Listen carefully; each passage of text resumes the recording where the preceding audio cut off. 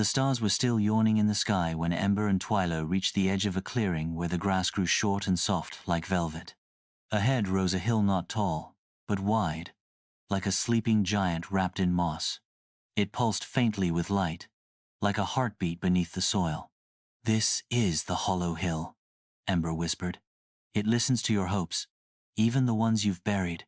Twilo blinked. "How can a hill listen?" Ember tapped the side of her head.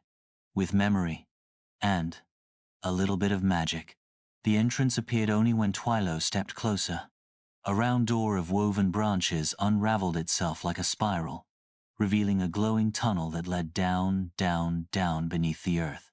With a steadying breath, Twilo followed Ember inside. The air grew cool and still, humming softly like a lullaby. Inside, the walls of the tunnel shimmered with tiny, picturesque glimpses of moments and memories, some joyful, some trembling with sadness. As they passed, the images followed them like reflections on water. Twilo paused at one. It showed a small, frightened version of himself curled up in a starlit cave, whispering something to a flickering flame. Ember noticed. "It's your hope," she said gently. "Still here, still waiting." "What did I hope for?" Twilo asked quietly. "To find your light again," she answered. They reached the heart of the hill, a round chamber glowing with soft golden vines. In the center, a single stone seat waited, covered in symbols that pulsed like warm breath. "Sit," Ember said. "Tell the hill what you hope for now." Twilo hesitated, then stepped forward. As he sat, the seat warmed beneath him. His heart glowed faintly, and without meaning to, he began to speak. I want to be brave. I want to help others. I want to remember why I came here, and I want to matter." The air shimmered. The vines around the chamber twisted and bloomed, forming glowing symbols in the air. They circled Twilo gently, casting a golden light over his face. And then he saw it not a memory, but a vision. A world falling asleep, its dreams forgotten. A light drifting down through the sky. A girl with a lantern heart reaching out. "I chose to fall," Twilo whispered. "I came here to give someone else a glow. I wanted to." The vines pulsed brightly, affirming his truth. Ember placed a hand on his shoulder. "You gave your light, but that doesn't mean you lost it. Pieces of it are still waiting, and you're finding them." As they left the chamber, the tunnel behind them changed. The glowing images now shimmered with new hope of paths not yet walked, of friendships just beginning, of glows growing stronger together. When they stepped back into the moonlight, the hollow hill shimmered once and fell still. Twilo looked up at the sky. "I remember a little more now," and Ember's lantern heart glowed in reply. Beyond the hollow hill, where the skies shimmered with early dawn light, lay a forest unlike any other, the Echo Orchard, where trees grew memories instead of fruit, and every branch carried a voice from long ago. The orchard was quiet as Ember and Twilo stepped into it, but not silent. The stillness was waiting, like a page that hadn't yet turned. The trees were tall and twisted, their leaves made of soft glass that caught whispers from the wind and gave them back when you needed to hear them most. "Why is it called the Echo Orchard?" Twilo asked, his voice hushed. "Because nothing spoken here is ever truly gone," Ember replied. "It stays, hidden in the branches, waiting to be remembered." As they walked, gentle voices floated through the air, snippets of laughter, lullabies, kind words long forgotten. Twilo's glow brightened as he paused under one especially crooked tree. A soft sound swirled around him. "Twilo, you are more than enough." He blinked, stunned. "I know that voice." The tree's bark shimmered, and a memory unfolded like a dream wrapping itself around his heart. He saw himself, much younger, cradled in the arms of a kind-faced woman made of light and stars. She whispered to him through a storm of shooting stars, "You carry the glow of kindness. Protect it, even when you forget it's there." Twilo stepped back, eyes wide. "That was my mother, I think." Ember stood quietly beside him. "The orchard remembers what we forget. It gives us back the pieces when we're ready." Twilo placed a hand on the bark. "I don't remember everything, but I remember feeling loved. The tree pulsed with a soft glow. As they moved on, Ember reached up toward a golden-leaved sapling. A tiny echo floated down, barely a whisper. "I believe in you, Ember," she gasped. "That's Grandpa Zeke, from when I first lit my lantern." The orchard gave and gave, quietly, gently like a friend who knew just when to speak. But not all echoes were sweet. Deeper in, the leaves darkened. One branch brushed Twilo's shoulder and hissed, "You're not enough. You lost your glow. You'll never find it again."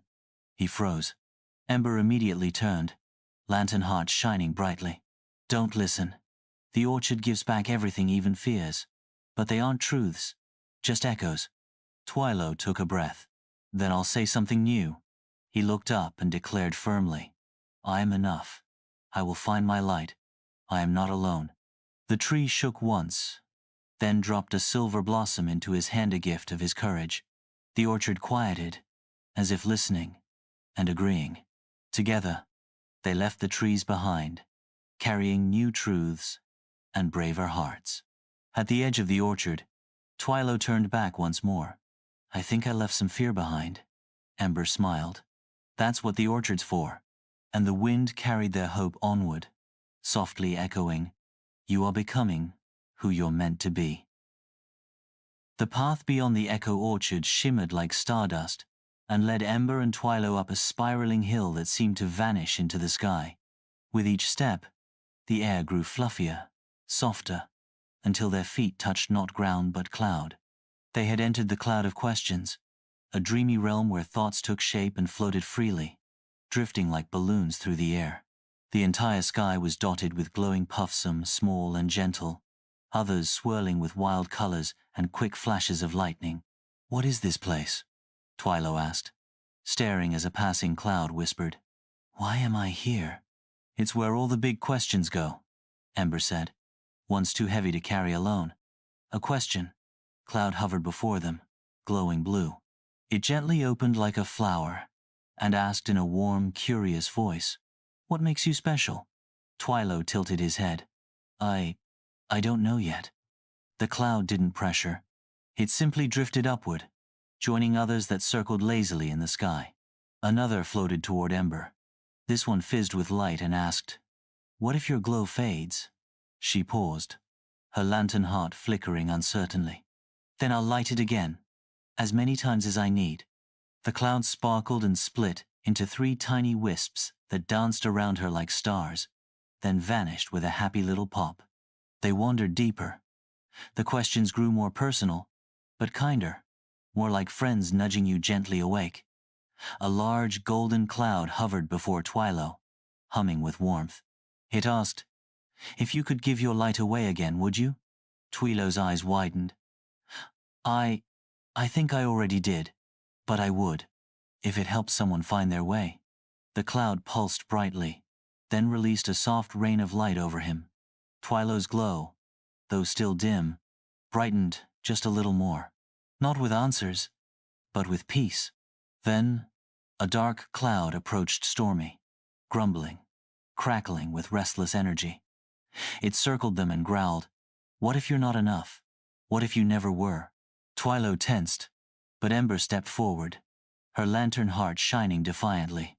"Then the question is wrong," she said, "because everyone is enough of an if they don't see it yet."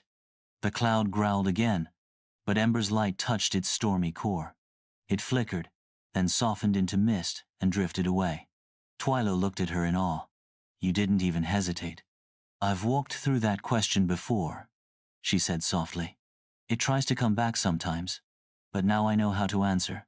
They sat for a moment, on the edge of a cloud shaped like a swing. Dozens of gentle questions floated around them, some answered, some waiting patiently. "Maybe we don't need to answer every question right away," Twilo said. Ember smiled. "Maybe we just need to keep asking the right ones." And with that, they leapt from the cloud of questions, gently landing on a soft trail of starlight below, carrying not just answers, but courage. As Ember and Twilo followed the starlit path from the cloud of questions, the skies turned a gentle silver, and a hush fell over the world. Ahead stood a single, towering tree with leaves that shimmered like mirrors, each one catching flickers of light, shadow, and something more. The mirror leaf tree, Ember whispered in awe. It shows not what you look like, but who you are. The tree's bark shimmered like morning dew, and its roots twisted in graceful spirals, curling into puddles of silver stillness. Each leaf hung still, perfectly still, as if listening. Twilo stepped closer. Do we just look? You don't just see, Ember said softly. You remember. Twilo reached for a low-hanging leaf. As his fingers brushed it, the surface rippled, and suddenly, a scene played out inside the silver glass. A much younger Twilo ran through a starlit garden, giggling, chasing sparks of light. Behind him, a figure watched with kindness, a mentor, or perhaps a guardian offering him a small glowing stone. You're a keeper of light, the figure said. Not just yours, but the light in others too. Twilo's breath caught. I used to believe that. Ember touched a nearby leaf. Her lantern heart pulsed, and the mirror revealed a moment from long ago, her curled beside a tiny flame, crying quietly. No one sees me, her younger self whispered. Then a light flared, her own lantern flickering to life for the very first time. The real Ember smiled softly. But I saw myself. That's when the glow began. As they wandered between the mirrored branches, more reflections appeared, moments of courage, small kindnesses, fears overcome, and the gentle bloom of bravery. The mirror leaf tree wasn't showing perfection. It was showing truth. They came to a massive leaf, glowing faintly gold. As they looked together, it didn't show a memory but a possibility. Twilo and Ember, standing in a sky filled with glowing lanterns, surrounded by others, children with dim lights slowly growing brighter. They were smiling, guiding, glowing. Is this the future? Twilo asked. It could be, Ember said, her voice soft and sure. If we keep going. A breeze stirred the branches, and dozens of leaves fluttered at once, sending gentle reflections drifting around them like feathers. Twilo reached out and caught one. In it, he saw himself smiling, not brightly, but peacefully, whole. He tucked the leaf into his pocket. As they stepped away from the tree, the leaves shimmered in farewell, each reflection folding back into its place. You know what I think? Twilo said. What? Ember asked. I think the glow was never lost, just waiting to be seen again. And as they walked onward, two glows shimmered behind them, one warm like firelight, the other cool like stars, growing brighter with every step. Far across the glimmering fields of soft grass and dandelight, a structure rose like a dreaming sentinel, with blades spun by the gentlest wind and walls covered in thousands of tiny paper stars. The wishing windmill stood, turning wishes into whispers. Ember and Twilo stood at its base, heads tilted upward. The air here shimmered with golden dust, and each turn of the windmill's blades sent a breeze filled with fluttering, silvery wishes, each one scribbled on paper, twirling through the air like tiny birds. It catches every wish that's ever been whispered into the wind, Ember said, and keeps them safe until the dreamer is ready. Twilo blinked. Even forgotten wishes? Especially those, she replied. They stepped inside. The windmill was hollow, its walls lined with drawers, shelves, and floating lanterns shaped like teardrops. Wishes drifted gently around them, some glowing softly, others dim, waiting to be remembered. A kind-faced keeper floated down from the upper rafters, robes made of stitched-together dreams. Welcome, seekers of glow, he said warmly. The wind has carried your names here. He handed Twilo a ribbon scroll, a wish once whispered, long ago. Twilo unrolled it with trembling fingers. In crooked, childlike writing, it said, I wish to always be kind, even when the stars feel far away. Twilo stared. I remember this. I wrote it before I lost my glow. It never left, the keeper said. You simply stopped listening. The scroll glowed, then gently floated upward, joining the others. Ember was given a lantern. Inside was a flicker, a wish still forming. It's unfinished, she said. Because it's not a wish for you, the keeper smiled. It's one you'll help someone else make. Ember held the lantern close, feeling the warmth of hope not yet spoken. Suddenly, a wild gust of wind rushed through the windmill. Wishes spun chaotically, lanterns bobbed, and the blades groaned. A dark scroll zipped past Twilo's head and stuck to the wall. It read, "I wish I could be someone else." Twilo swallowed hard. "That was mine too." The keeper nodded. "A shadow. Wish. Born when we forget that who we are is already enough." Ember touched his shoulder. "But you don't wish that anymore, do you?" Twilo took a breath. "No. I think I want to be me. Just the best version." With that, the scroll crumbled gently into dust, transformed into starlight. The windmill quieted.